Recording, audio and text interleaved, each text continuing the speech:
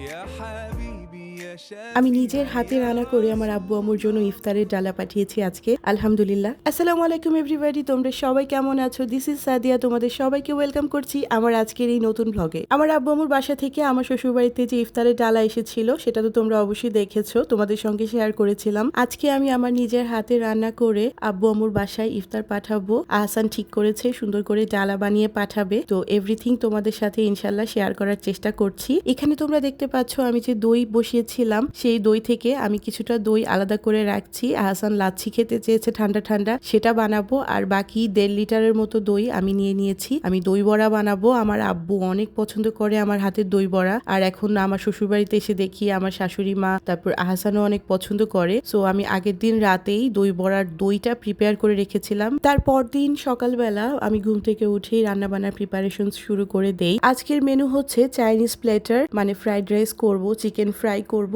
আর vegetable কারি করব। তো fried রাইসের রাইসগুলো আমি সকাল সকালই সিদ্ধ করে এভাবে ডাইনিং টেবিলে আমি ছড়িয়ে দিয়েছি ফ্যানের বাতাসে ঠান্ডা হওয়ার জন্য, রাইসগুলো যেন ঝরঝরে থাকে সেজন্য আগে আমি এগুলো বয়েল করে রেখে দিয়েছি। এইদিকে দই বড়ার জন্য আমি মাসকলাই ডাল গত রাতেই পানি দিয়ে ভিজিয়ে রেখেছিলাম, ডালগুলো ফুলে একদম রেডি হয়ে গেছে, এগুলো আমি ব্লেন্ড করে ফেলবো। তারপর আমি এক চুলায় ভেজিটেবল কারির যেই সবজিগুলো সেগুলো সব সিদ্ধ বসিয়ে দিয়েছি, আর আরেক চুলায় আমি একটা তেঁতুলের চাটনি করছি যেটা দই বড়ার সঙ্গে আমরা অনেক খেতে পছন্দ করি। তো এই দুটো আমি 2 চুলায় বসিয়ে দিয়ে ওদিকে ডাল ব্লেন্ড করতে চলে গেছি। তো আমার ডাল ব্লেন্ড করা হয়ে গেছে, ডাল ব্লেন্ড করে দেখি আমার ভেজিটেবল খুব তাড়াতাড়ি সেদ্ধ হয়ে গেছে। ভেজিটেবল গুলো 70 থেকে 80% বয়েল হওয়ার পরে আমি এইভাবে পানি থেকে ছেঁকে ছেঁকে তুলে রাখছিলাম, আর তারপরে আমি দই বড়াগুলো ভেজে নিচ্ছি একটা ফ্রাই প্যানে। একদম আমি গোল্ডেন ব্রাউন করে ভাজি সবসময় দই বড়া, এটা খেতে খুবই মজা হয়। আমি নিজেও একজন দই বড়া লাভার, আমার খুবই পছন্দের একটা ফুড দই বড়া। তো আমি কিন্তু বাইরের দই বড়া একদম খেতে পারি না, মানে বাইরে যে রেস্টুরেন্ট বা হোটেলে পাওয়া যায় সেগুলো।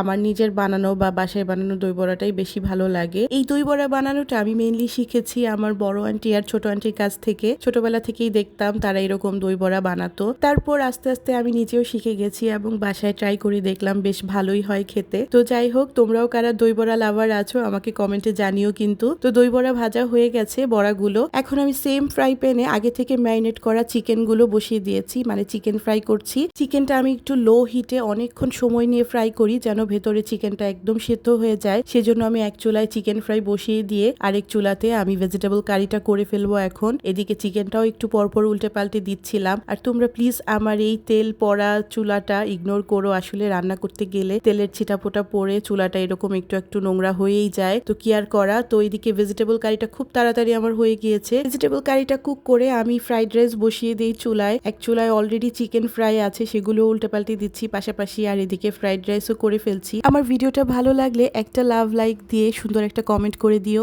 আলহামদুলিল্লাহ আলহামদুলিল্লাহ, একদম এক্সাক্ট টাইমের মধ্যেই আমার সবগুলো রান্না কমপ্লিট হয়ে গিয়েছে। আমি তো অনেক ভয় পেয়ে গিয়েছিলাম, এর আগেও আমি ফ্রাইড রাইস করেছিলাম, বাট যেহেতু মোটামুটি 10 জনের জন্য আমি রান্না করছি একটু ভয়েই ছিলাম। আর রোজা রেখে তো তোমরা জানো আমার লবণ টেস্ট করা নিয়ে একটা প্রবলেম হয়, সেটা নিয়েও ভয়ে ছিলাম। তো আমার সবকিছু কমপ্লিট হয়ে গেছে, আমি শেষে দই বড়াটা রেডি করে ফেলেছি। দই বড়ার উপরে চাটনিটা দিয়ে আমি চিলি ফ্লেক্স দিয়ে দিচ্ছি। আর এইদিকে আহসান অফিস থেকে এসেও আমাকে অনেক হেল্প করেছে, ও ফ্রুটস গুলো কেটে ডালায় সাজিয়ে দিয়েছে, তারপর ডালায় এই সব কিছু আইটেম সাজিয়ে তারপর সুন্দর করে র্যাপিং করে দিয়েছে। সবাই মাশাল্লাহ বলতে ভুলবে না কিন্তু, আসলে আমি সম্পূর্ণ কুকিং করে এত টায়ার্ড হয়ে গিয়েছিলাম। আর ইফতারের আগে তো জানোই একটু তাড়াহুড়া থাকে, সময়ের সংকীর্ণতা থাকে, তো এইগুলো সব আবার বক্সে করা এভাবে সাজানোটা অনেক কাজ আসলে।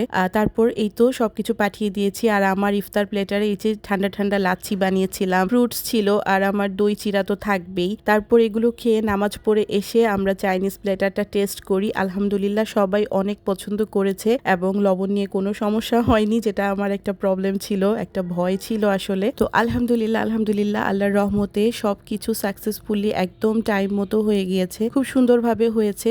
তারপর এই যে আমরা সবাই একসঙ্গে খাচ্ছিলাম, সবাই অনেক প্রশংসা করছিল আলহামদুলিল্লাহ। একদম সিম্পল চাইনিজ প্লেটার করেছি, ইচ্ছা ছিল আরো 2-1টা আইটেম এক্সট্রা করার, কিন্তু আসলে সময়ের স্বল্পতার জন্য করতে পারিনি। তারপরেও এতটুকু যে আমি সাকসেসফুলি করতে পেরেছি, সবাই তৃপ্তি করে খেয়েছে, সেই জন্য আল্লাহর কাছে অনেক অনেক শুকরিয়া। তো খাওয়ার পরে একটু কোল্ড ড্রিঙ্কস খেতে ইচ্ছে করছিল, অল্প করে আমি একটু মেরিনটা খাচ্ছিলাম, আর তারপর আমি একটু দই বড়াটা ট্রাই করলাম। আর দই বড়ার দইটা যেহেতু আমি আগের দিন রাতেই প্রিপেয়ার করে রেখে দিয়েছিলাম, মানে মেইন দইটাতেই তো সব মশলা দিতে হয়, তো এটা নিয়ে আমার তেমন কোনো ভয় ছিল না, নিশ্চিন্তই ছিলাম মোটামুটি মোটামুটি। তো যাই হোক, তোমরা যারা এখনো পর্যন্ত আমাকে ফলো করোনি আমার ফেসবুকে ফলো দিয়ে দিবে, আর ইউটিউব চ্যানেলে সাবস্ক্রাইব করে তারপর বেল বাটনটিতে ক্লিক করে রাখবে। তো আজকের ভিডিওটা এই পর্যন্তই থাকছে। তোমাদের কেমন লেগেছে আমার ওভারঅল ভিডিওটা সেটা কমেন্টে অবশ্যই আমার সঙ্গে শেয়ার করবে। তোমাদের সঙ্গে ইনশাল্লাহ নেক্সট আরো একটি সুন্দর ভিডিওতে দেখা হবে। সে পর্যন্ত সবাই অনেক ভালো থেকো, সুস্থ থেকো। আল্লাহ হাফেজ।